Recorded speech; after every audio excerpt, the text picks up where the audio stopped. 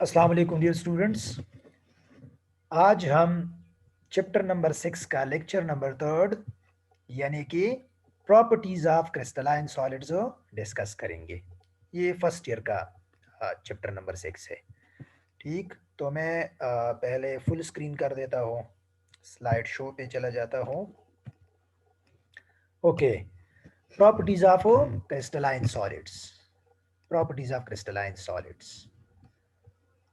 Crystalline solids have following general properties.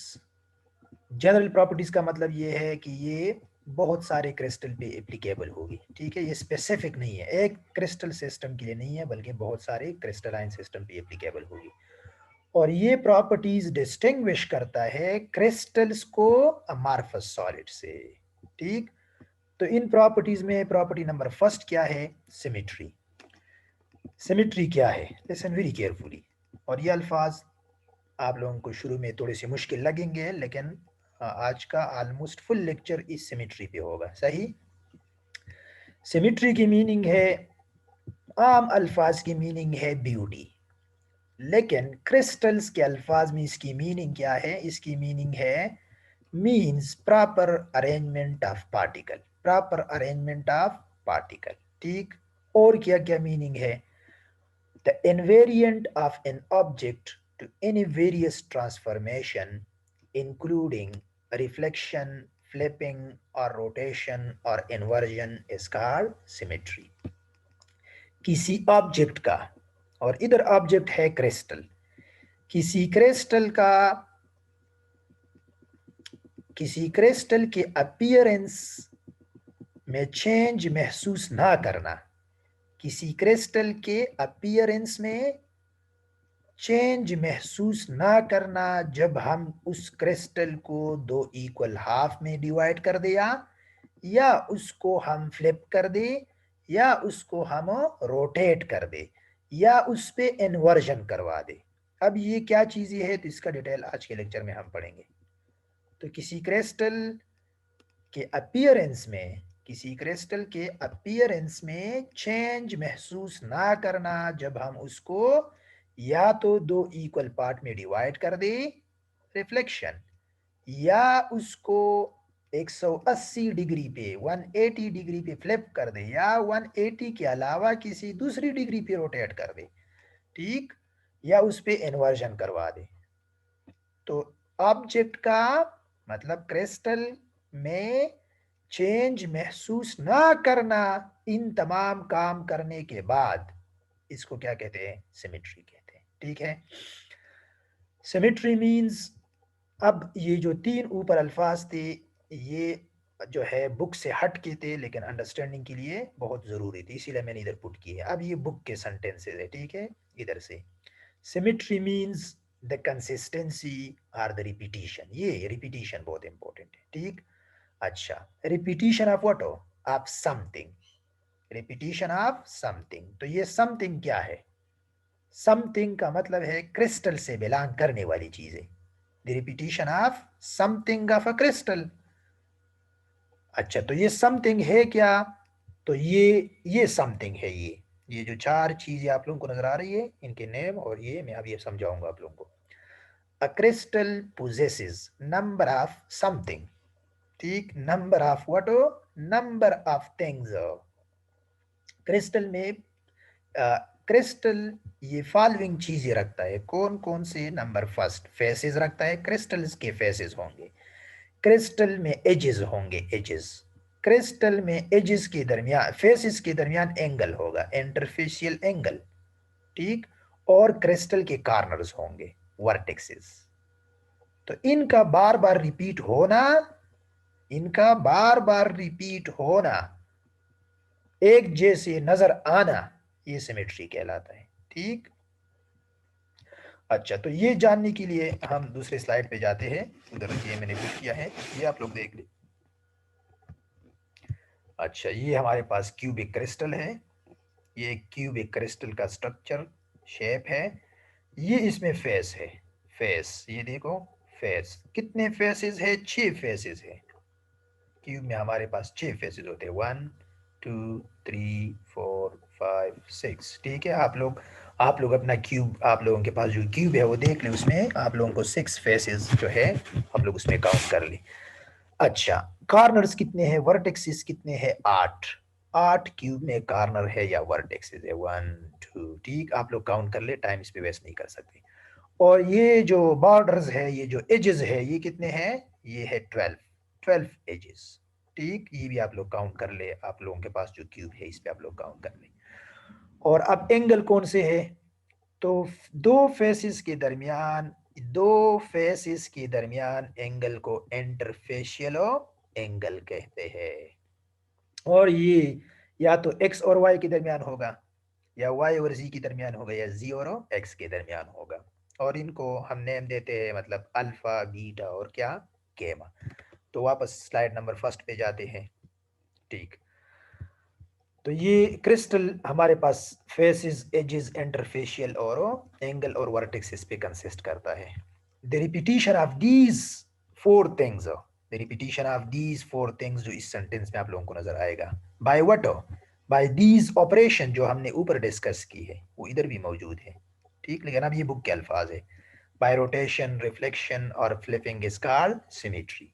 ठीक, अच्छा, तो ये जो बार बार रिपीट होते हैं, ये जो इनके अपीयरेंस, इनके सिमिलर अपीयरेंस बार बार जब आते हैं तो ये कैसे आते हैं, उसके लिए हम या तो क्रिस्टल को दो पार्ट में डिवाइड करते हैं बाय अ प्लेन, या क्रिस्टल को रोटेट करते हैं एक लाइन सेलेक्ट करके, या एक पॉइंट सेलेक्ट करके उस पे तमाम पार्टिकल का एक्सचेंज करवाते हैं।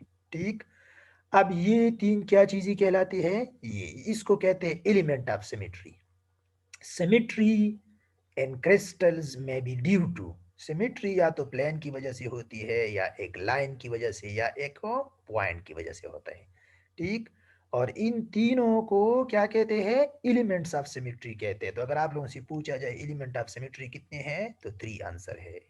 ठीक, एलिमेंट ऑफ सिमेट्री आर 3। हम सिमेट्री पढ़ रहे हैं, सिमेट्री की एलिमेंट्स, इनके नेम आगे डिस्कशन, आगे लेक्चर का हिस्सा होगा। ठीक, तो हमने स्लाइड नंबर फर्स्ट में, ठीक, स्लाइड नंबर फर्स्ट में हमने क्या पढ़ा कि सिमेट्री क्या है, और क्रिस्टल क्या क्या पोजेस करते हैं, और एलिमेंट ऑफ सिमेट्री 3 है। तो अब हम आगे सिमेट्री के जो एलिमेंट्स है उसको पढ़ेंगे। तो ये स्लाइड भी हो गया है। Now element of symmetry, element of symmetry. Number first, वो जो प्लेन था उसका पूरा नाम क्या है, plane of symmetry, plane of symmetry. इसका दूसरा नाम है मिरर प्लेन, और इसको हम रिप्रेजेंट करते हैं सिंबल सिग्मा से। ठीक, और ये क्यूब में, एक क्यूब में ये टोटल तादाद में 9 होते हैं। कितने होते हैं, 9 प्लेन ऑफ सिमेट्री है, 9 प्लेन ऑफ सिमेट्री है एक क्यूब में। ठीक, अच्छा, अब इसको प्लेन ऑफ सिमेट्री क्या है, प्लेन ऑफ सिमेट्री एक इमेजिनरी प्लेन है, an imaginary plane which divide a crystal into two equal halves। एक ऐसा प्लेन जो कि क्रिस्टल को दो इक्वल हाफ में क्या करे, डिवाइड कर ली। ये देखो ये प्लेन है, ये डॉट डॉट जो आप लोगों को नजर आ रहे, ये प्लेन है, इसने इस क्यूब को दो इक्वल पार्ट में डिवाइड किया है, ये लोअर पार्ट और ये अपर पार्ट।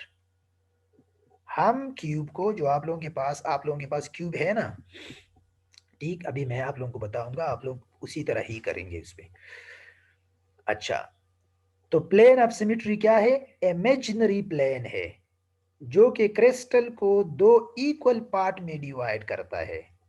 तो इस प्लेन के लिए एक कंडीशन ये हो गई कि ये ऐसी जगह पे आप लोगों ने इमेजिन करना है जिसके एक साइड और दूसरे साइड पे, एक साइड और दूसरा साइड क्या हो, बराबर हो, क्रिस्टल का एक तरफ और दूसरा साइड, ठीक, ये हाफ और ये हाफ क्या हो, बराबर हो।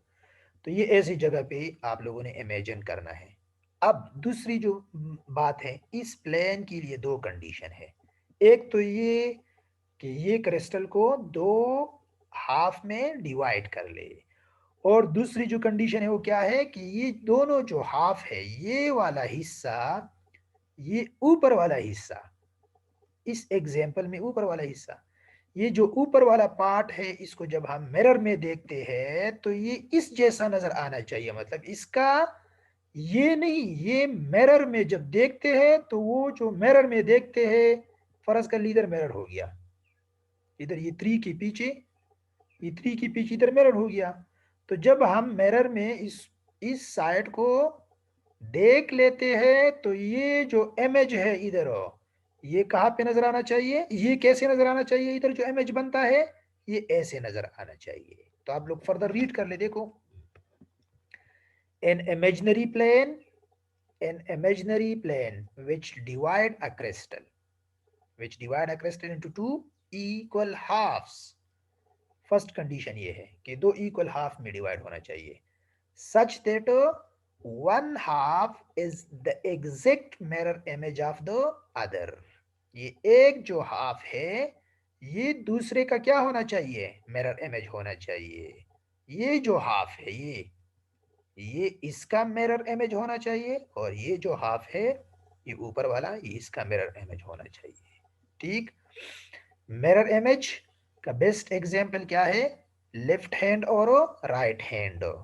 आप लोग मिरर के सामने अपने राइट हैंड को देख ले, आप लोगों को लेफ्ट हैंड नजर आएगा।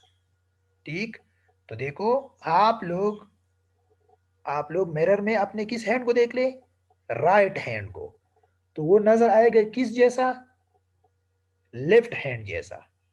ठीक, तो ये लेफ्ट हैंड, ये जो लेफ्ट हैंड है ये राइट हैंड का मिरर इमेज हो गया, और इसी तरह राइट हैंड लेफ्ट हैंड का मिरर इमेज है, लेकिन हम इसको क्रिस्टल पे अप्लाई करेंगे। सही, अच्छा, हमने ये बात की है कि ये तादाद में कितने हैं, 9 है। तो अब आप लोग देख लें, 3 तो इधर नजर आ रहे हैं, और ये 9 को हम दो पार्ट में डिवाइड करते हैं। एक को रेक्टेंगुलर प्लेन कहते हैं, बुक में ये जो उनके डायग्राम के नीचे इधर लिखा है, बुक के डायग्राम है ये, बुक में ये डायग्राम के नीचे लिखा है, तो इसीलिए डायगोनल और रेक्टेंगुलर प्लेन आप लोगों को समझ आनी चाहिए। डायगोनल प्लेन, अब आप लोगों के पास जो क्रिस्टल है, आप लोगों के पास जो क्यूब है, वो क्यूब आप लोग उठा ले और किस चीज को काट ले, इसको क्या कहते हैं शाबाश, इस लाइन को एच कहते हैं। आप लोग 4 एजेस को काट ले, देखो 1 2 3, मतलब इस क्रिस्टल को ऐसे काट ले। कितने एजेस ये काट रहे हैं, ये प्लेन 4 एजेस काट रहे हैं। हाफ क्रिस्टल ऊपर है, हाफ क्रिस्टल नीचे है, तो एजेस को काटना, ठीक, किन चीजों को काटना, एजेस को काटना, इक्वल हिस्से पे, बिल्कुल सेंटर में एजेस को काटने को कौन सा प्लेन कहते हैं, ऐसा प्लेन जो कि क्यूब के एजेस को काटता हो, 4 एजेस को काटता हो बिल्कुल दरमियान में से, उस प्लेन को रेक्टेंगुलर प्लेन कहते हैं। तो देखो, 2 रेक्टेंगुलर इधर शोन है, लेकिन रेक्टेंगुलर टोटल है 3। और डायगोनल क्या है, डायगोनल तो आप लोग मैथ्स में जानते होंगे। डायगोनल आप लोग डायगोनल से आप लोग क्रिस्टल को काटे, डायगोनल प्लेन काटता है क्रिस्टल को, लेकिन वर्टेक्स पे, कार्नर्स पे काटता है। ठीक, अपोजिट कार्नर, देखो ऐसा, तो ये प्लेन, इसको डायगोनल प्लेन कहते हैं। ये टोटल 6 है, डायगोनल प्लेन टोटल 6 है। नेक्स्ट पेज पे आप लोगों को, नेक्स्ट स्लाइड में आप लोगों को सारे जो है जो 9 प्लेन्स है वो वो जो है आप लोग उसमें देख सकेंगे। लेकिन पहले मुझे ये बताइए कि आप लोग प्लेन ऑफ सिमेट्री को समझ गए, और इसको दूसरा नाम क्या है, मिरर प्लेन। ठीक, ये क्या होता है, ये एक इमेजिनरी प्लेन होता है, इमेजिनरी प्लेन जो क्रिस्टल को दो इक्वल हाफ में डिवाइड करता है, और ये दोनों हाफ एक दूसरे के क्या होते हैं, मिरर इमेजेस होते हैं। ठीक, अब आप लोग देख लीजिए 9, और इस पे आप लोगों ने फिर सोचना है। ठीक है, और जो आप लोगों के पास क्यूब मौजूद है, ठीक, ये देखो, ये 1 डायगोनल, ये सेकंड डायगोनल, ये थर्ड डायगोनल, 3 डायगोनल क्या है हमारा, सॉरी रेक्टेंगुलर, 3 हमारे पास रेक्टेंगुलर प्लेन है सिमेट्री के, और 6 क्या है, डायगोनल्स है, 6 डायगोनल प्लेन है। ठीक, आप लोग डायगोनल प्लेन्स और रेक्टेंगुलर प्लेन अपने अपने क्यूब जो आप लोगों के पास मौजूद है उसमें आप लोगों ने पहचानने होंगे। अच्छा, तो हमारे पास एक एलिमेंट ऑफ सिमेट्री हो गया। वो कौन सा एलिमेंट था? एक एलिमेंट ऑफ सिमेट्री हो गया और वो था plane of symmetry, plane of symmetry, और वो क्यूब में कितने हैं? 9 है। ठीक। अच्छा, अब आते हैं दूसरे element of symmetry number 2, that is axis of symmetry, और इसका दूसरा नाम है एक्सिस ऑफ रोटेशन। प्लेन को हमने सिग्मा से रिप्रेजेंट किया था और इसको हम सी से रिप्रेजेंट करते हैं, स्मॉल एन के साथ, सी एन। और ये टोटल तादाद में होते हैं 13 एक क्यूब में। एक क्यूब में ये 13 होते हैं तादाद में, सही। 9 वो हो गए, 13 ये हो गए, तो ये टोटल 22 हो गए। अब आगे देखते हैं। अच्छा, तो अब इसको समझना है, एक्सिस ऑफ सिमेट्री और एक्सिस ऑफ रोटेशन। तो इसमें हम क्रिस्टल को रोटेट करते हैं। असल में क्रिस्टल को क्या करते हैं? रोटेट। और रोटेशन के बाद क्रिस्टल का पहला अपीयरेंस और क्रिस्टल का रोटेशन से पहले और रोटेशन फिनिश करने के बाद जो अपीयरेंस है वो एक जैसी नजर आनी चाहिए। सो स्टार्ट करते हैं इसकी डिफिनीशन को। It is an imaginary line. ये एक इमेजिनरी लाइन है। Remember, axis of rotation, axis of symmetry, line है, लाइन। ठीक, क्योंकि एलिमेंट ऑफ सिमेट्री या तो लाइन होगा या प्लेन होगा या पॉइंट होगा, ये लाइन है। हम रोटेशन करेंगे इस लाइन की थ्रू। ठीक, so it is an imaginary line drawn through the crystal such that rotating the crystal through 360 degree, crystal को 360 डिग्री तक रोटेट करेंगे हम। एक साइड से स्टार्ट लिया, राइट क्लॉकवाइज रोटेशन स्टार्ट ली तो क्लॉकवाइज पहले फिनिश करना है। क्लॉकवाइज स्टार्ट लिया तो क्लॉकवाइज फिनिश करना होगा 360 तक। समझाता हूं, ठीक है। अच्छा, तो हमने क्रिस्टल को रोटेट करना है, एक लाइन सेलेक्ट करना है, उस लाइन की थ्रू क्रिस्टल को रोटेट करना है। कितनी डिग्री तक? 360 डिग्री तक। अगर ये क्रिस्टल 360 तक हम क्रिस्टल को रोटेट करते हैं, और इस एक्सिस ऑफ सिमेट्री को समझने के लिए आप लोग फैन के नीचे बैठ जाइए, ठीक है। मतलब फैन ऑफ होना चाहिए। ऑफ फैन है, उसकी 3 ब्लेड्स हैं। अगर हम इस फैन को, और ये लाइन कौन सा सेलेक्ट करना है, ठीक, मैं भी ऐसी जगह पे बैठा हूँ जहाँ फैन मौजूद है, इसलिए मैं ऊपर ऊपर देख रहा हूँ। तो आप लोग ऊपर देख ले जो फैन के नीचे बैठे हैं। जाहिर बात है मौसम ठंडा है, फैन ऑफ होंगे। तो आप लोग फैन के ऊपर देख ले, ये जो फैन में जो डंडा है, ठीक, सीलिंग फैन की बात कर रहा हूँ, यही लाइन कंसिडर कर ले। और ये लेट सपोज नीचे भी निकला है, ठीक। ये जो सीलिंग फैन है, इसमें जो डंडा लगा है और 3 ब्लेड्स है, इस डंडे को नीचे भी कंसिडर कर ले।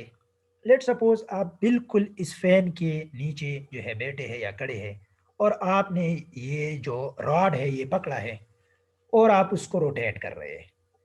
तो ये जो रॉड है ये क्या हो गया? ये रॉड आप लोगों ने इमेजिन किया होगा। इमेजिन किया? मैं 2-3 सेकंड देता हूँ सोचने के लिए। ठीक, ओके, इमेजिन किया। अब आप इस रॉड को रोटेट करते हैं तो जाहिर बात है ब्लेड रोटेट होंगे, ब्लेड भी साथ रोटेट होंगे ना। ब्लेड इस रॉड पे लगे हैं, ठीक। और ये रॉड अब क्या कहलाता है? ये रॉड कहलाता है axis of symmetry. Axis of symmetry एक लाइन है, लाइन, ठीक। तो अब आगे क्या करना है? इस फैन को, इस फैन के ब्लेड को आप जहन में रख ले। कितने ब्लेड्स है? 3 ब्लेड्स है। और ये ब्लेड कितने कितने एंगल पे है एक दूसरे से? 120 पे। BF3 में है। BF3 में हमने यही एग्जाम्पल लिया था, ठीक। तो BF3 क्रिस्टल नहीं है। BF3 क्रिस्टल बना सकता है, लेकिन BF3 जस्ट मॉलिक्यूल का स्ट्रक्चर है। मैं कहता हूँ फैन कंसिडर कर ले, ठीक। क्यूब की तरफ बाद में आएंगे। तो इस फैन के ब्लेड्स के दरमियान एंगल कितना है? 120। अगर हम इस फैन को, एंगल तो इनके दरमियान 120 है, तो अगर हम इस फैन के ब्लेड्स को रोटेट करना शुरू कर दें, कितना रोटेशन करेंगे? 360 तक। लेकिन शुरू में तो हम 1 डिग्री, 2 डिग्री, 10 डिग्री, 20 ऐसी डिग्रीज देंगे ना। तो हमने क्रिस्ट इस फैन को रोटेट किया लेट सपोज 50 डिग्री पे, तो ब्लेड्स तो 50 डिग्री अवे नहीं है, वो तो 120 डिग्री अवे है। ठीक, फैन के पहली पोजीशन आपने नोट की होगी।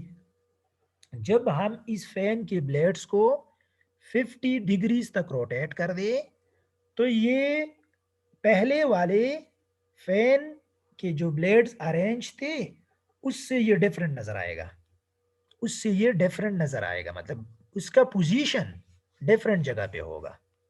ठीक, अगर हम 90 तक रोटेशन ले जाए, 90 डिग्री तक, फिर भी एक ब्लेड दूसरी ब्लेड की जगह तक नहीं पहुंचेगा, ये स्टिल क्या नजर आएगा?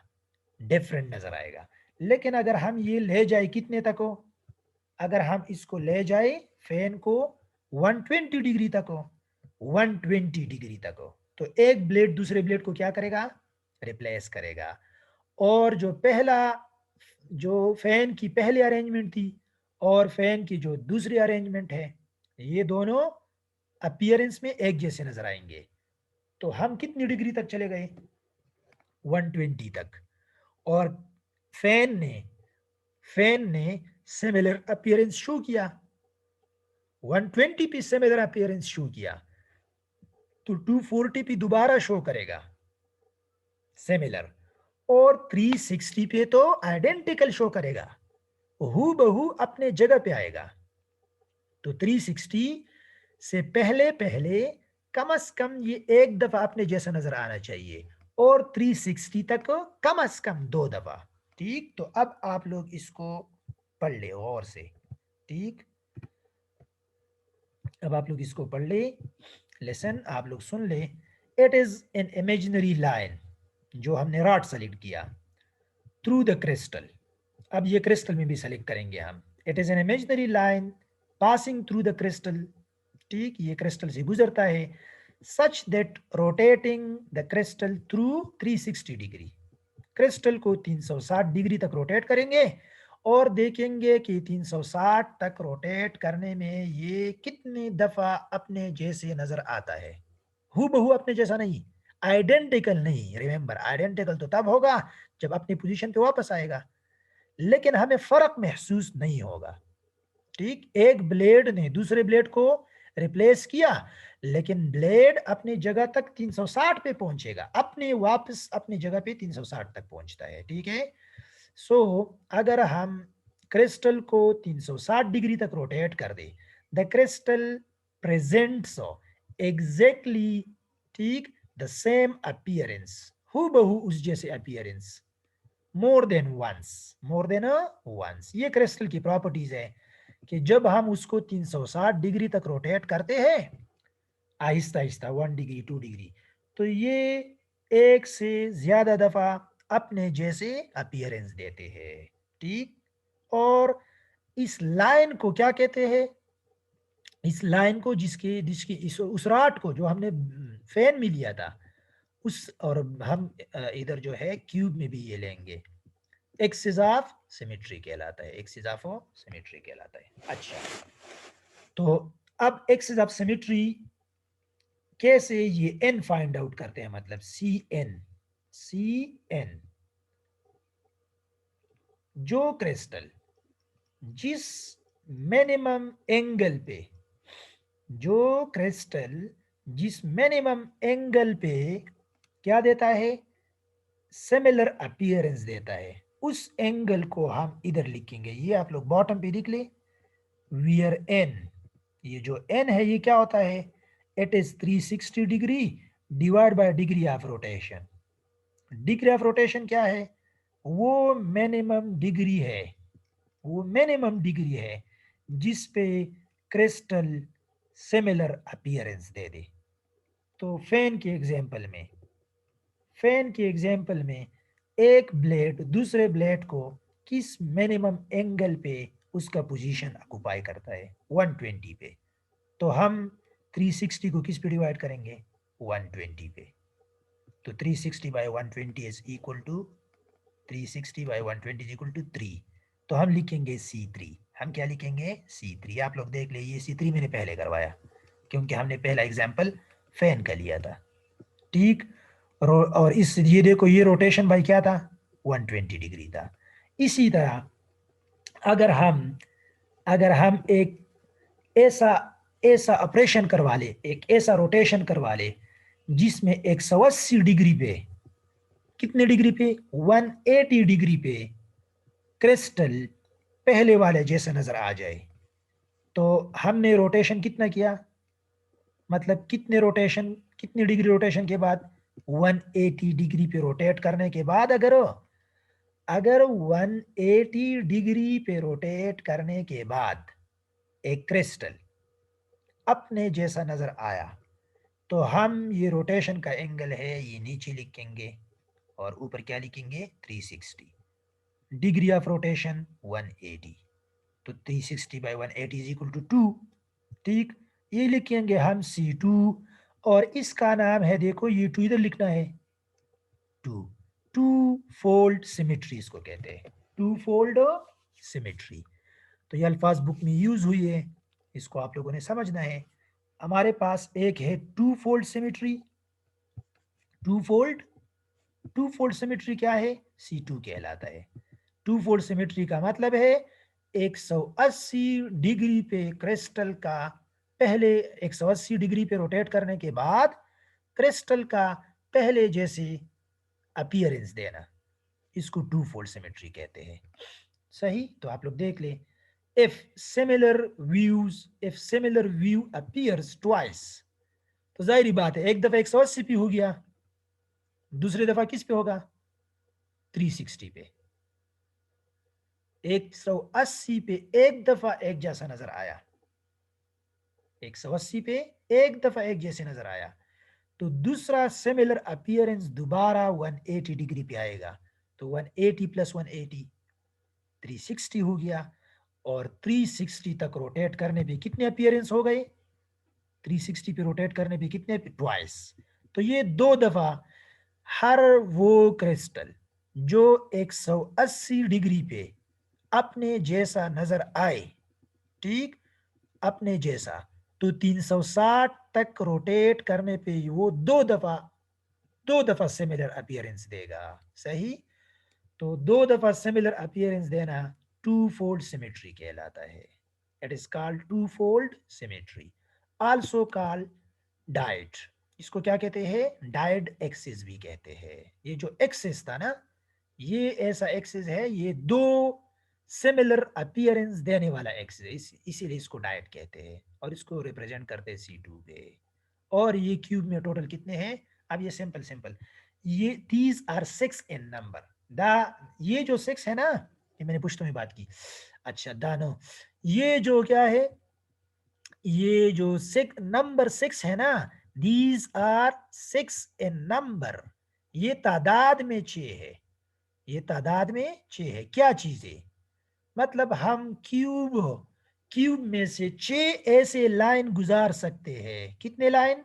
6 लाइन क्यूब में से ऐसी गुजार सकते हैं जिस पे हम क्रिस्टल को 360 तक जब रोटेट करेंगे तो वो दो दो दफा सिमिलर अपीयरेंस देगा। इस नंबर की दोबारा भी समझ आएगी, ठीक है? 6 नंबर, ये हमारे पास इधर आप लोग देख ली, ये डायग्राम्स मौजूद है, ठीक, इधर भी मौजूद है। तो आप लोग जो है अभी फोकस कर ले और सही कंसंट्रेशन से सुन ले। थ्री फोल्ड सिमेट्री किसी कहते हैं, इसको C3 से रिप्रेजेंट करते हैं, ठीक। 3 फोल्ड का जिक्र बुक में किया है, C3 का नहीं किया है, लेकिन ये लाजमी है कि आप लोग साथ ये भी जान ले, rotation in object by what हो? 120 डिग्री। अगर कोई ऑब्जेक्ट 120, या एक ही ऑब्जेक्ट है लेकिन दूसरे तरीके से रोटेट करना, ठीक, अगर एक ऑब्जेक्ट 120 डिग्री पे आपने रोटेट किया और ये पहले जैसे नजर आया, जहां जैसे पहले था, तो ये ऑब्जेक्ट 240 पे भी अपने जैसा अपीयरेंस शो करेगा और 360 पे तो खामखा शो करेगा। सही, तो ये कितने दफा 360 तक रोटेट करते करते इसने खुद को अपना जैसा शू किया 3 दफा। तो इसको कहते हैं क्या? थ्री फोल्ड सिमेट्री इसको कहते हैं, थ्री फोल्ड सिमेट्री, या इसको ट्राइड कहते हैं। ठीक है, ट्राइड, ट्राइड एक्सिस, इस एक्सिस का नाम होगा ट्राइड एक्सिस। मतलब ये ऐसे एक्सिस है, ये ऐसा रॉड है जिस तरह हमने फैन में लिया था, ये फैन का ही एग्जांपल सेलेक्ट कर ले आप लोग। ठीक है, और क्यूब में भी ये मौजूद है, क्यूब की तरफ जाते हैं तो ऐसा एक्सिस, ऐसा लाइन सेलेक्ट करना क्यूब में या किसी क्रिस्टल में, ऐसा लाइन सेलेक्ट करना जिस पे हम उस क्रिस्टल को जब 120 पे रोटेट कर दे तो वो अपने पहले जैसे सूरत में नजर आए। ठीक है, और जब 120 पे एक दफा आया तो 240 पे दूसरी दफा आएगा और 360 पे तीसरी दफा आएगा। और इस तरह के लाइन क्यूब में 4 है। These axis are 4 in what हो? क्यूब। कौन से एक्सिस हो? कौन से एक्सिस हो? ट्राइड। ठीक, क्यूब में कितने ट्राइड्स है? 4 ट्राइड्स है। कार्नर से रोटेट करना होगा। आप लोग अब ऐसा कर ले ना, आप लोगों की बारी है क्यूब को पकड़ने की। क्यूब को या कंसिडर कर ले या इसको पकड़ ले। अगर क्यूब साथ नहीं है तो ऐसा कर ले, ये रूम कंसिडर कर ले, रूम के कार्नर की तरफ देख ले, रूम में कार्नर की तरफ देख ले, ये रूम क्यूब कंसिडर कर ले जिस रूम में आप लोग बैठे हैं, या खुद को रूम में कंसिडर कर ले। अगर आप रूम में नहीं बैठे हैं तो क्लासरूम कंसिडर कर ले, सेक्शन ए वाले ए क्लासरूम कंसिडर कर ले, सेक्शन बी वाली B classroom, and so and so forth. ठीक, अच्छा, या तो आप लोगों के पास क्यूब होना चाहिए। जिनके पास क्यूब है वो क्यूब के बिल्कुल वर्टेक्स को, कार्नर को, बिल्कुल जो कार्नर है उसको स्ट्रेट देख ले, कार्नर, एक कार्नर को देख ले। ठीक है, क्यूब को ऐसा रोटेट कर ले कि कार्नर आपके आईज की तरफ हो।